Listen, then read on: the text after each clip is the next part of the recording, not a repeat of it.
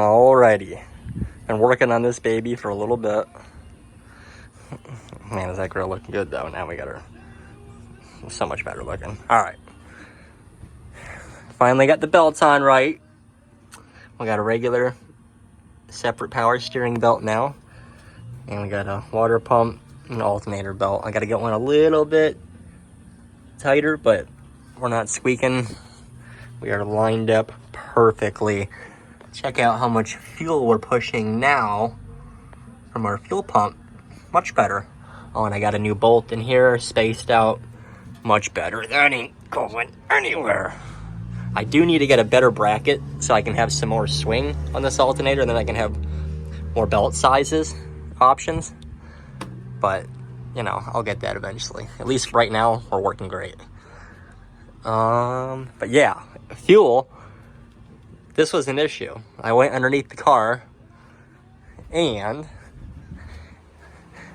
the gasket, me and Brandy were putting fuel in it, and the gasket was pouring fuel out on the gas tank. I don't know if I can really, can't really see much in here.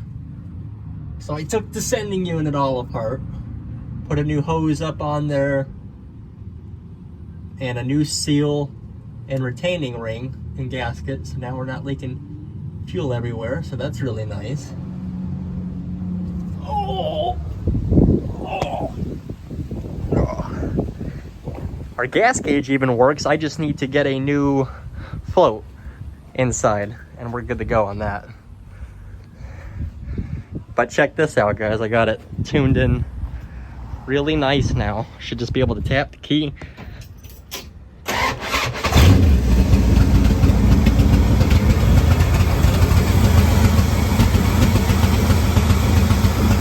I got it. Got it running pretty good. There we go. So I messed with the timing on the distributor, and I noticed that it wasn't that tight, so it might have been actually moving on me. My mistake, I should have checked that first, because this guy had all of this all apart and everything. I already ran my wire for my tach, so that's ran. I'm gonna get a tachometer in here, hopefully get RPM gauge going. That'd be nice. I'm gonna get some new spark plug wires, even though these aren't leaking any lightning out yet. Just one more thing, probably throw some new plugs in. I have not even taken a spark plug out yet, but I got it timed pretty good.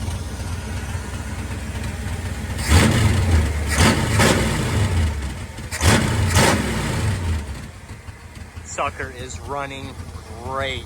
I know I keep saying that, but this is running perfect, I think. I mean, this is the first car I've ever tuned with a cam, so first car I've ever really messed with, to be honest with you.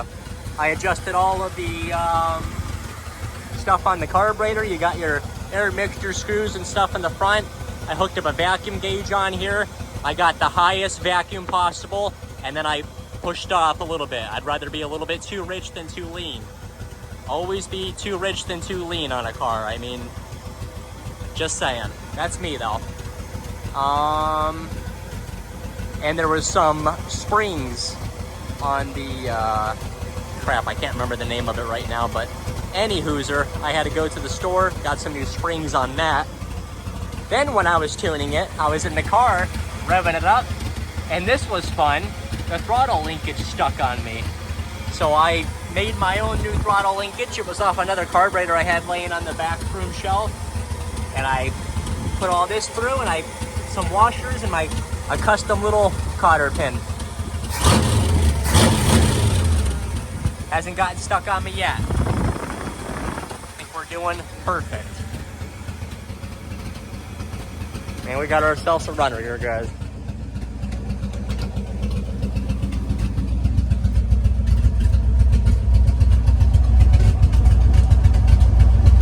And another guy online in one of those Mopar A-body form things or whatever, he said to run a, I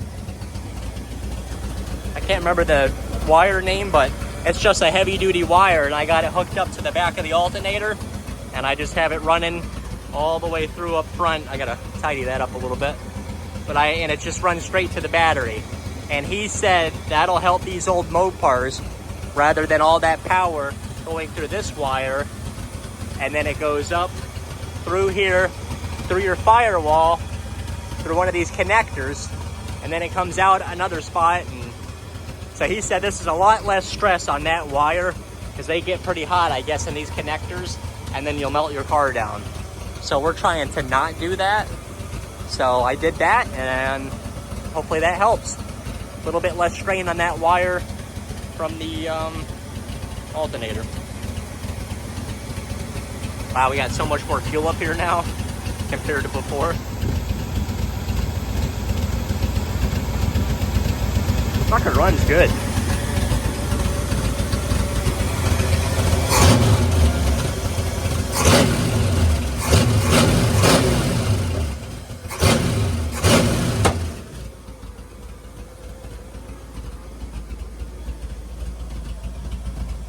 I think realistically, I'm just gonna get it on the road.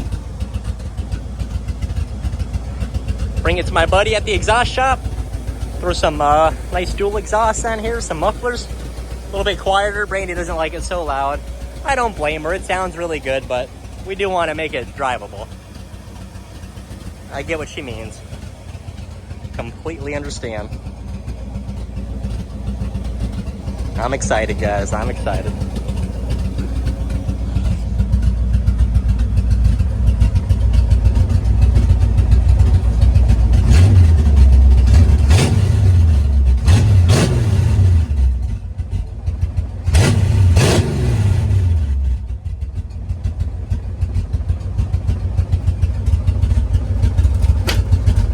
That's another thing I gotta do. I gotta make something for this glove box. As everybody knows, these old cars have cardboard glove boxes that just, you know, they go out after time. Oh, the power steering. Oh yeah. It had it before, but that belt was just really loose. Oh yeah. Oh yeah. Try it out in gear here.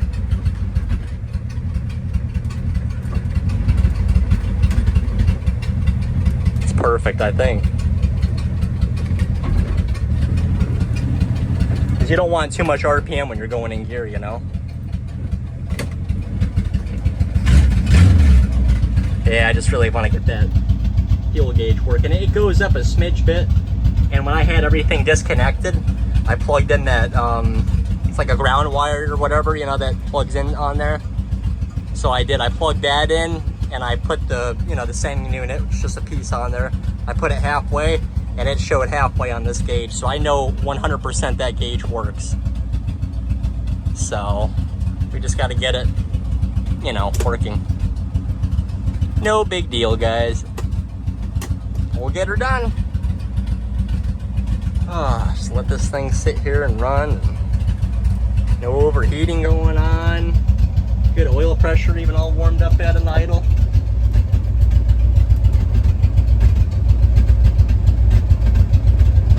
I love it. I love it.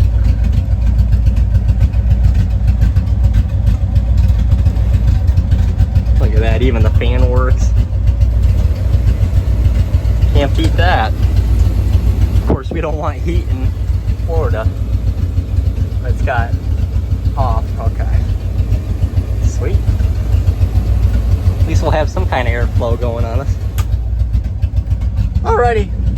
I'll let you guys go, and hopefully we'll have some good news here soon. I'm gonna try and get this thing on the road, I'd imagine.